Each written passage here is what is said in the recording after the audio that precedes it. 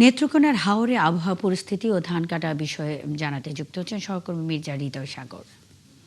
সাগর, সেখানে তো সকাল থেকেই বৃষ্টি হচ্ছে, এখন কি অবস্থা দেখছেন? এখন পর্যন্ত কতটুকু ধান তুলতে পেরেছেন কৃষকরা?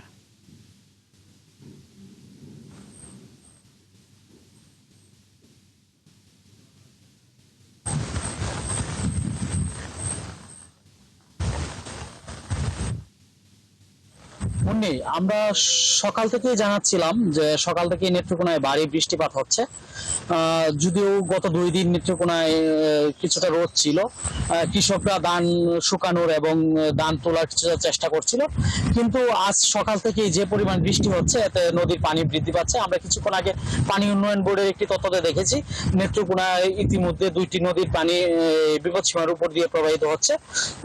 পাহাড়ি নদী উপদাকালী নদীর পানি 77 সেন্টিমিটার উপর দিয়ে প্রবাহিত হচ্ছে এবং কংস নদীর পানি 1.8 সেন্টিমিটার উপর দিয়ে প্রবাহিত হচ্ছে। আমরা যদি আরেকটি বিষয় জানাই যে নদীর পানি যেভাবে বৃদ্ধি পাচ্ছে ইতিমধ্যে লোকালয়গুলোতে প্রবেশ করা শুরু করছে। হাওরে এ পর্যন্ত 41,000 হেক্টর জমির মধ্যে 26,000 হেক্টর জমি ধান কাটা হয়েছে, আর 24,000 হেক্টর জমি পুরোটাই পানির নিচে আছে। এই পানির নিচে জমিগুলো থেকে গত কয়েকদিনে কৃষকরা তার সর্বশেষটুকু সংগ্রহ করার চেষ্টা করছিল, কিন্তু আজকের বৃষ্টিপাতে সেটিও বন্ধ হয়ে গেছে। যতটুকু জমি পানির উপরে হালকা ভাসমান ছিল, আজকের বৃষ্টিপাতের পর সেটুকু কাটাও সম্ভব হয়ে যাবে।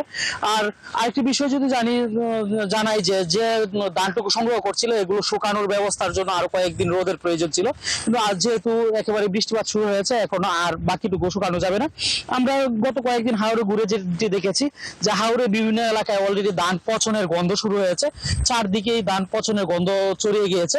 তবে এখন সবচেয়ে শঙ্কার বিষয় হলো নদীর পানি উচকে বর্তমানে লোকালয়ে প্রবেশ করা শুরু করছে। যদি এভাবে বৃষ্টিপাত হতে থাকে এবং লোকালয়ে প্রবেশ করে তাহলে বন্যার সংখ্যাটা পুরোপুরি সংখ্যা সফলিত হবে এবং এতে দেখা যাবে যে হাওড়ে ধান থেকে এখন হাওড়ের পরিবারগুলোকে বাঁচানোটাই কঠিন হয়ে যাবে যদি এভাবে পানি ছড়িয়ে পড়ে। মির্জা হৃদয় সাগর, সঙ্গেই থাকবেন, খবর রাখতে থাকুন। নেত্রকোনার হাওরে আবহাওয়া পরিস্থিতি ও ধান কাটা বিষয়ে কথা বলতে মির্জা হৃদয় সাগর নেত্রকোনা থেকে যুক্ত ছিলেন।